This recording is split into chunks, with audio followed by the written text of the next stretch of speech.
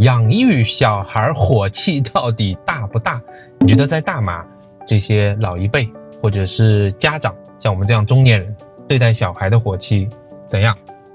我看到的，我觉得他们的火气是不大的。我不明白为什么他们讲话跟小孩大多是和颜悦色的。像我爹妈、你爸妈，还有我们自己，有的时候，不，主要是我啊。我以前，就包括现在有时候，对，会有时候就会有一种看小孩带小孩很烦的那种感觉，然后对他就是可能是命令式的。但是，对，怎么这里我看到的，在路人，有时候我去观察那种陌生的路人，他们对待孩子那种感觉就是宠溺型的，就是那种宠溺，不是说是就骄纵的那种去惯他的这种，而是就是有商有量，把他当平等的一个个体。就你甚至可以感觉说，是我们职场里面会表现出的与人为善的，就是你可能所谓说是要两面派的那种特别好的态度，你知道吗？我就觉得特别触动我。我觉得从我们的一些朋友啊，你像阿初啊、阿麦啊，他们的对待小孩，就是你不能说他们没有一种自上到下的威严，就完全用平等，我觉得不是，因为他们身上也有一种想做父亲的一种尊严，他们也有很强烈的说你要听我的这种想法，其实我是可以感受到的，然后他们的行为上有这个要求，但是呢有一点，就他们对孩子的要求啊是比较怎么讲，就是很尊重小孩子的。对，他不是说我一定要通过那种严厉的外表、发火的语气，对吧？很急躁的个性来展现他的这个要求。这个我印象是比较深的，所以他们平时出去玩啊，他们聚会啊，你都感到整个场景大家是平和又欢乐的，是那种充满着这种对孩子的真爱的那种感觉。对。就我觉得就你可以看到，就是在我们自己接触的长辈朋友们当中，如果是一桌人吃饭，有小孩跟有长辈，然后这个长辈啊骂起小孩来是不分场合的，那个骂的是非常严厉的。你现在说的我们是指我们原先在中国的这些长辈， 对吧？那你很有意思啊，你就有2点你可以解释一下。平时你看到的让你很揪心的很抓心的是那种哪些场景让人感到不舒服的？第二，你还特地提到了长辈嘛，我想就包含隔代的，就是爷爷辈、外公外婆辈，对吧？这一辈你要不说说看呢？说我们自己经历的，每次回去家族团聚，我一个表弟，他每次都是当着我们这么10几个人吃饭包房的面，有时候会揍自己小孩，哇，那个哭声惨烈，就是我们就是上去劝也劝不住他，他就会觉得说，我这给小孩做规矩，你们不要犯。我们就是觉得这是虐待小孩，就是打孩子，对吧？这个也就算了。对。还有一种长辈，就是我们家另外一个亲戚，因为2个小孩子今年才5、6岁的，是从小是在澳大利亚出生长大的，然后这个长辈啊带到这个中国来跟我们团聚的时候，这2个小孩子不知道开口是说英文还是说普通话还是讲上海话，就很内向，而且5、6岁的孩子他懂什么？一个10几个人的圆桌台面上面，就是动作什么都是很拘谨，然后又不叫人，就我们中国人对这个礼貌有传统执拗，然后这个长辈就劈头盖脸的会自己说自己的孩子，哎呦，这个小孩就是这个样子的，脾气很怪的，就是很古怪的，然后爹妈也没有教好，这种小孩就说随他去，这不能随他去，一点教养也没有。我觉得真的是自己的小孩要这个样子当众骂，而且这是一种常态，因为我爸妈小时候也是这样说我的，从来不会夸我，就是永远是，就是哎呀，我觉得可能关起门来他批评我，就是那个样子的烈度，他在外面也是这样子，我们好像根深蒂固是这样。我觉得我们讲的发火啊，是指在2种情形之下，一个呢是 in general 来讲，你对小孩的态度是怎样的？对小孩是一个比较像刚讲的虽然有威严，但是我觉得大马人对孩子是比较平和、比较友善的，比较尊重的。那第二个呢，就是在突发情况，哎呀，你碰到一个什么很紧急的场景了，或者突然神经跳起的时候，你能一下子就变得很火爆。这是跟个人的素养有关系，前者呢，我的判断啊，主要是和压力有关系，还有一个教养的环境啊。是分享一下我所可以想到的一些案例啊，比如说，第一，我觉得跟经济压力就有很大的关系这是我最近看到的一个数据啊。我比较喜欢的，后来我也付钱订阅的一个大马的媒体叫当今大马，它有一个栏目叫新闻实验室，它最近呢就告诉你，他做了1000份的调研，他来分析在大马养育小孩的成本。那我正好做了一下研究，我们就这一趴可以讲一讲数字上的东西啊。你可以猜一下，在大马养育2个孩子0到6岁就是你花了6年养2个小孩，大概所有的成本从育前，然后买各种东西，托儿所什么兴趣班，小孩的衣物啊等等，要花出去多少钱？这个调查来讲，150万马币。150万怎么可能呢？那大家怎么养得起？我没有概念，因为我只是匡算我们就是也在中国媒体上看到的北上广深这种大城市这种养儿的，然后稍微打个折嘛。我说大家也可以猜一下啊。那在猜的过程中，我来讲一下，它的调研下来平均是在25万马币。25万马币0到6岁可以养2个。他要讲0到6岁呢，是因为2个孩子，2个孩子。然后呢，他在读书之后呢，就是所要支出的就会比较小了啊。当然，之前0到6岁每年在不同的阶段，可能也会有一些补贴在的。这总之花费是比较小的。比如说，你如果送到公立的托儿所，好像就5块钱到20几块钱；如果是私立的，可能500、800会比较多。什么意思？是5块、10块是1个月？一个月。那如果像蒙台索利好一点的，就要将近2000块，也有这样子的。那小孩的衣物啊，他的食物啊，这些兴趣班的花销都比较小啊。衣物就节约很多了。学前的兴趣班大概就300到500会比较多。我看这个数据。是1个月？1个月都是1个月，在大马养小孩。这个真的是刷新了我的认知。那么我们要有对比，就会知道为什么我会说，首先理性的讲，客观的讲，在数据上，中国养小孩的压力会比较大嘛。那我就去找在中国养小孩的压力。在中国各地变化很大，而且前2年是有一个民间的团队它也是很大量的，这个数据量比大马还大。他研究的是0到17岁的，不过他拆得很细。我就告诉你结论吧。0到17岁呢，平均在中国每个小孩要花掉52万人民币，在上海这样的城市呢，要花掉100几万人民币。这100几万简直是保守估计，我觉得是远远不够的，对不对？绝对不够。我觉得可能到他念完小学就差不多花掉100万是很正常的。公立的。然后公立的这种，那人家是平均嘛，你可以想象，这还是一个就是说我相信还是比较真实的一个数据。差不多0到6岁我也看了，0到6岁你差不多花掉这个数额的40%，就是说在中国平均养一个小孩0到6岁，那么你就花掉20几万，就是15万马币，2个小孩我们可以认为是30万马币嘛。那么在上海就要 double 一下，那就要60万马币了，要2个孩子，这就是差距。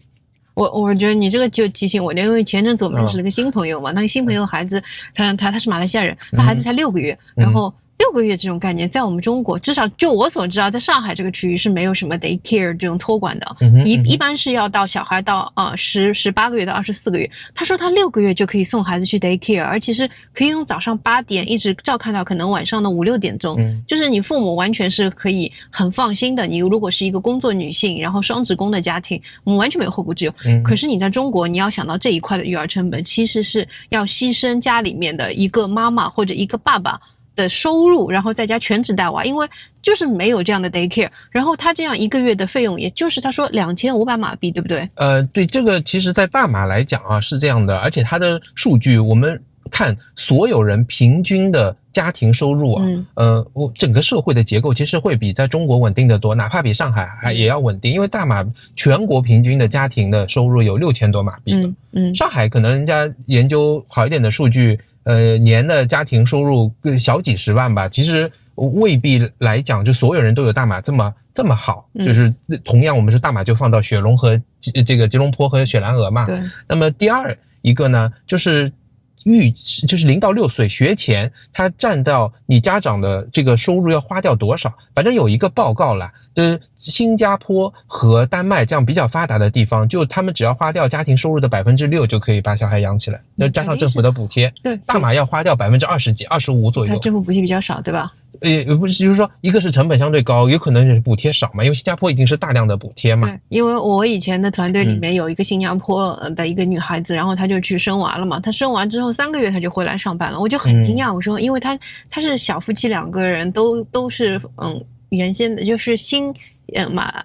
加坡的移民，就是他们就2个小夫妻带着一个孩子，没有什么老人来管孩子的。我说你3个月你来上班你行吗？孩子怎么办？他说他们新加坡就是 daycare 3个月开始可以托管，然后1个月是1000多1700-800新币，然后政府补贴1400-500，基本上自己出个200新币就可以了。那这种服务的话，其实我们在中国就没有啊。我觉得数据上肯定可以说明一些问题，但我们也不想完全落入数据，一定有比我们懂得多的观众，你可以纠正我们来拍砖。但 anyway， 我想这个部分只是想说明大家承受的经济压力不同，你所表现出来的火气肯定也是贡献了一个主要的原因，让这个家长对孩子的火气是不同的。对，你的经济的，还有就是社会给到你育儿的资源足不足够，是不是要牺牲一个家庭成员，要全职照看孩子的那个头几年，或者说要家里面的老人过来，就这个确实会带来很多不一样的感受。你想想看，一个困在家务里面的妈妈，如果一直对这个孩子，尤其是中国人还要付什么房贷，这个压力大了之后，对小孩投射到的情绪影响确实会有。对，我觉得还有一个原因呢，就是整个社会它的一个发展程度，就社会对人的期待是不一样的。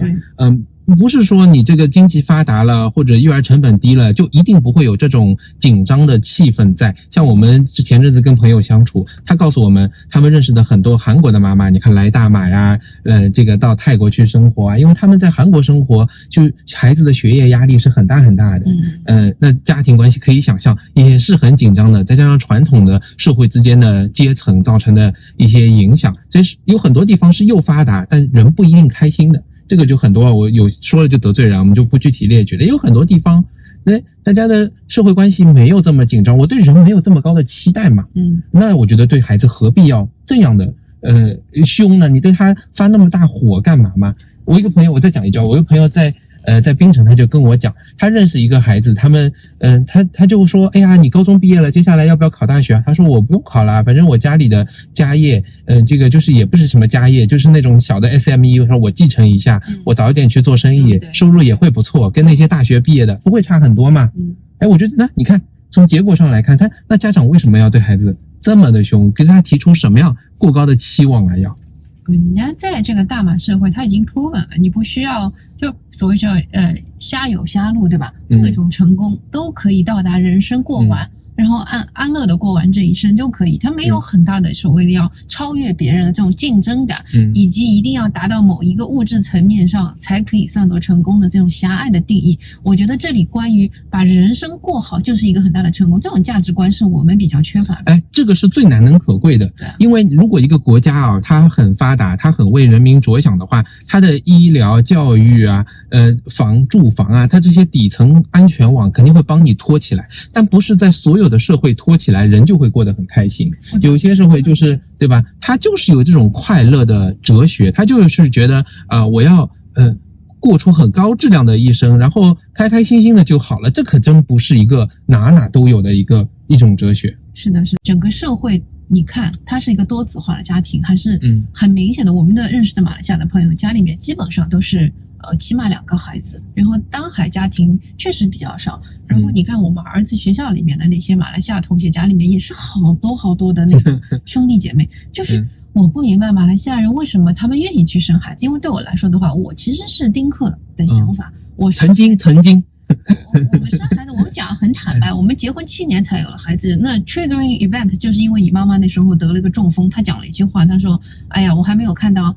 第3代啊，对吧？我们2个就决定生孩子了。其实你真的为自己想一想，我们2个要孩子之前是想清楚了是为自己要孩子吗？或者说为了孩子而要孩子吗？不是这个样子的。但是我就不理解，就是这边大家都会很坦然的决定说，结婚了那就是要生孩子啊，然后可能应该生多几个，让小孩子能够玩到一起去。就他们完全没有想到过生孩子是一件很烦的事情，然后你要搭上你自己的 career path， 然后孩子要给他上这么多的辅导班，然后你还要记他。我真的是觉得我在中国如果重来一次，我是不会生孩子的。大马这种压力也是在增加的，因为像数据显示啊，从80年代、70年代慢慢往下走，大马的出生率也是在下降的。你知道有一个人口替代的比例，这是多少吗？就是平均妇女要生产2.1个小孩，就2个以上的小孩，这个人口才会替代，就是指它的规模会稳定的结构往上涨嘛。那大马的这个数字已经跌到1.6了。你家已经跌到，你知道上海多少？我知道1都不到。对啊，上海是1到不到啊。0.6，韩国不是更低吗？对，中国的出生率现在是6%不到，然后你刚讲的就是平均妇女怀的小孩，那就是可能是1不到嘛。在大马超过2.1的只有3个州了，像吉打啊这些地方了。那他们也在面临慢慢老龄化的问题。所以我觉得说，随着像当代人啊文明素质的提高，然后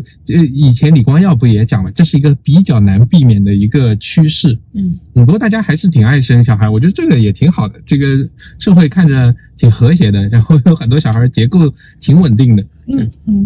家庭挺欢乐的。录的一期节目我不是说嘛，我也动了生2胎的这个想法嘛，你还记得吗？那一期节目我真的是来马来西亚之后有这样的改变，当然您不同意啊，我只好替代，就是我们养了这个菊总是我的第2个孩子，我只能这样，但是我确实是有这样的想法的，而且我觉得40几岁生一个孩子，在这边也是很普遍的现象。我认识的一些女朋友，甚至45、6岁的高龄生孩子，我觉得都是很坦然的事情，就是没有什么好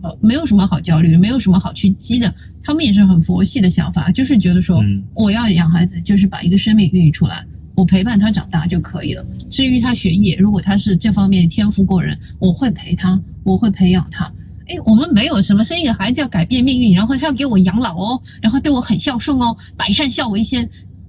你看这很有意思的一个证明，你只是一个外国人，拿着一个长居的签证，也没有大马的身份，生活在这儿不长时间，心态就变了。这就说明整个环境对人的改变是很大的，然后环境与环境之间的差异也是非常非常巨大的。对，这充分证明环境的作用嘛。对。那我们再收回来一些，就是说为什么老一辈或者是这个像我们这样中年人对孩子不需要发火，那就是经济啊、社会环境啊、他的对人的期望啊、整个社会哲学啊，我觉得都不太一样。然后我觉得他最后一点，个人修为，就是个人素质。是啊，素质是很重要。我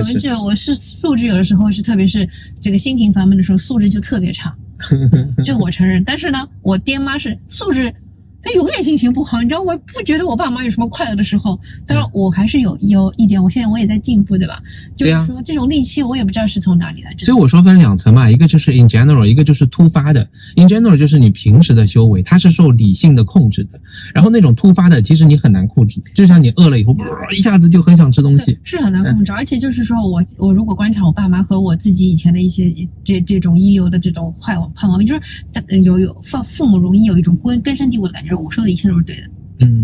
小孩一切都是错的。其实我觉得发火有时候就像小孩一样，就是你想要通过这个有一点要去武力征服对方，你觉得我的音量一高，对我的一下子这个行为表现一发生变化，别人就会被屈服，是一种本能的动物性的，就是你的海马体，就是你的原始脑控制你突发的一种变化。所以我有时候可以训练你一下，我就故意让你发火，看你会不会被激怒，什么时候你不会被激怒了，你就变化了，你把我当成对你的一种训练。但我好一点，就我怒了之后，我会冷静的，会冷静，而且我会给你们道歉。如果真的是我错了的话但是我怎么说呢？我现在有一个很难的改正的过程，就是我觉得我的怒它不是真的怒，我只是到了有一个 triggering event， 我的音量提高，然后就会讲话会很急，但是我可能自己并不认为自己是生气，知道吗？对，那已经挺好，就是你走到十字路口会停下来了。因为你们要适应一下，我这一下子这个语速很高，这个不是真的生气。我跟 Wilson 的修为已经很好了呀，我们也会这个了解你嘛，对吧？